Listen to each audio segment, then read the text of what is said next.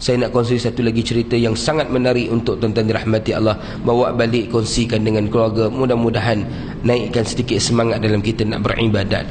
Satu hari tuan-tuan dirahmati Allah, saya dipanggil untuk uruskan satu jenazah. Petang, selingkungan dalam pukul 5 lebih tuan-tuan dirahmati Allah, saya dipanggil. Saya bergegas ke hospital. Sampai di hospital, saya dimaklumkan oleh seorang sahabat, Ustaz, orang yang mati ini, yang Ustaz tunggu ni, si mati. Masa saya sampai tu jenazah belum sampai lah. Jenazah dalam perjalanan nak sampai. Sebab bila kita pergi ambil jenazah tuan-tuan, tak boleh pakai ambulan. Orang kalau dah meninggal, dia tak naik ambulan. Belum sah meninggal baru naik ambulan. Mati atas ambulan tak apa, tapi kalau sebelum naik dah mati, memang ambulan tak angkat. Itu memang tak tahu dia punya prosedur kot. Itu memang prosedur tuan-tuan. Jadi tuan-tuan dirahmati Allah, sementara tunggu tu saya diberitahu si mati ini, orang yang meninggal dunia ini baru selesai menjadi imam waktu asar. Dia jadi imam waktu asar, dia bagi je salam yang pertama, terus dia rebah, jatuh betul-betul atas jadah imam, tengah jadi imam. Allahu Akbar. Saya ternanti-nanti orang yang baik ini. Sampai saja dia tuan-tuan, saya terus tengok dia dalam keadaan yang baik. Pihak forensik terus masukkan dia dalam bilik bedah siasat. Saya terus pergi ke tempat mandi tuan-tuan dirahmati Allah, ambil kain, nak potong kain, nak sediakan untuk dia. Seorang kawan saya kata, Ustaz, nanti dulu Ustaz, kita tak boleh uruskan dia lagi hari ni. Saya waktu tu tergamam. Orang yang matinya mulia, orang yang matinya hebat, tiba-tiba tak boleh diuruskan. Saya tanya kenapa. Kawan-kawan saya bagi tahu, dia kata, Ustaz, si mati ni tak ada sebarang dokumen pengenalan diri. Kita tak tahu dia siapa, keluarga dia belum ada buat sebarang tuntutan, kita tak tahu nak hantar ke mana. Jadi terpaksa disimpan terlebih dahulu. Simpan punya simpan, tuan-tuan dirahmati Allah. Waktu tu hati saya dah gundah gulana, sedih. Maklumlah, masuk dalam peti beku ni tuan-tuan, tak payah tunggu 60 hari, 6 jam pun cukup dah beku. Dia beza tuan-tuan, beza peti beku rumah tuan-tuan dengan peti beku simpan mayat ni tuan-tuan. Pasal kita nak pastikan dia tak mengeluarkan bau yang busuk, sebab tu kita bekukan dia. Sebab manusia ni tuan-tuan sebusuk-busuk bangkai. Sebab tu jangan main-main, kalau manusia ni dah jadi bangkai tuan-tuan, tak boleh tahan. Jadi tuan-tuan dirahmati Allah, saya waktu tu terpaksa lah merelakan. Sebab tuan-tuan kena faham, kalau tak ada urusan, tak ada maikat ni tuan-tuan, payah nak dapat lubang kubur. Payah.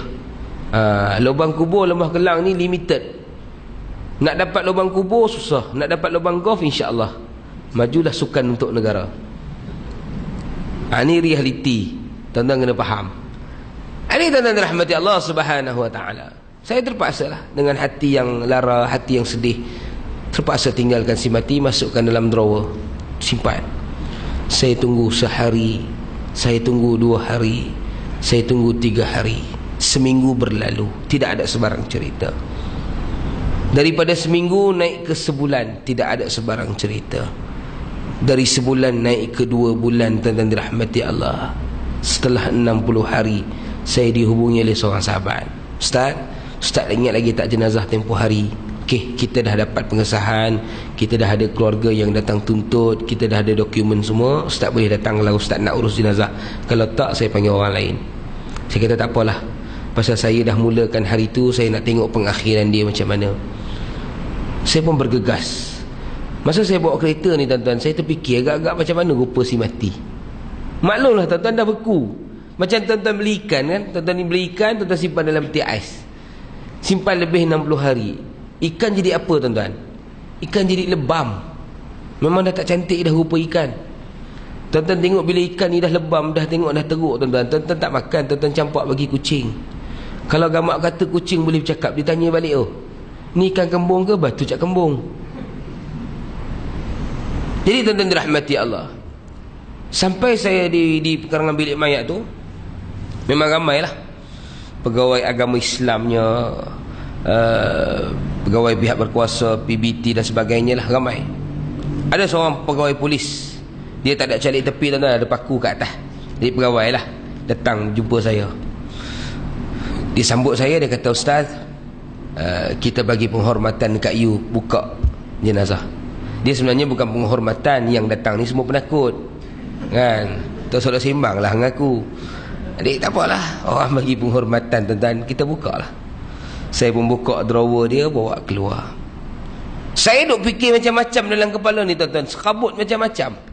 Tapi bila saya buka je plastik yang menutupi si mati ini waktu itu, saya menitiskan air mata. Saya terkejut dan saya tergamam. Si mati bukan saja tidak beku tuan-tuan, badannya panas dan wajahnya berpeluh. 60 hari disimpan dalam peti beku, dia masih lagi panas, wajahnya berpeluh. Allahu Rabbi,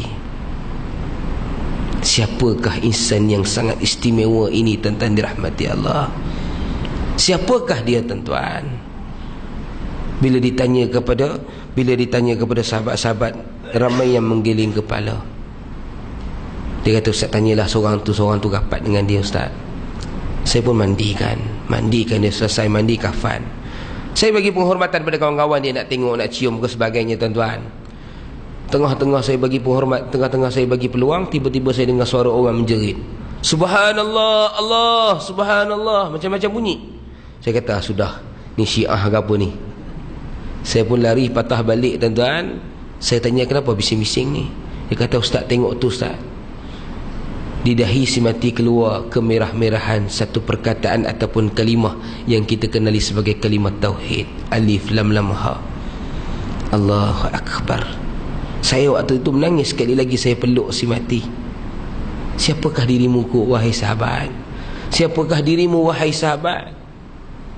Saya cium dahinya berkali-kali. Saya tanya pada seorang sahabat yang saya tengok dekat dengan dia. Saya kata, kenal ke dengan si mati? Dia kata, saya kenal Ustaz.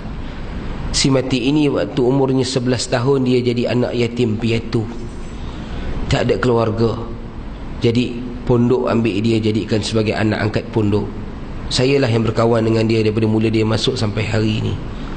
Dia datang ke Malaysia ni Ustaz sebab nak cari peluang kerja sebagai imam. Dia baru 2 hari jadi imam di tempat tersebut. Kami pun tak tahu, sebab hari itu kami sama-sama dalam satu jemaah datang ke sini. Tujuan kami datang hari itu nak berdakwah. Tiba-tiba dia tak nak balik pasal dia nak jadi imam. Dia ditawarkan jadi imam.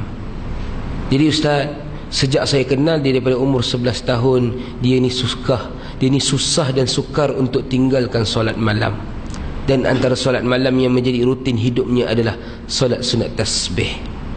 Allahu Akbar. Bila saya mendengar tuan-tuan, lagi menitis air mata. Mulianya hatinya, mulianya dirinya tuan-tuan, menjadikan solat sunat tasbih itu sebagai amalan harian. Cuba kita tanya diri kita tuan-tuan, setahun berapa kali kita buat solat sunat tasbih? Agak-agak dengan amalan yang kita tidak seberapa ini, bagaimana kita nak bertemu dengan Allah? Mudah-mudahan tuan-tuan, sedikit suntikan cerita itu dapat memberi satu gambaran yang baru kepada tuan-tuan untuk bersedia dan melakukan persediaan ketika nak bertemu dengan Allah kelak insya-Allah.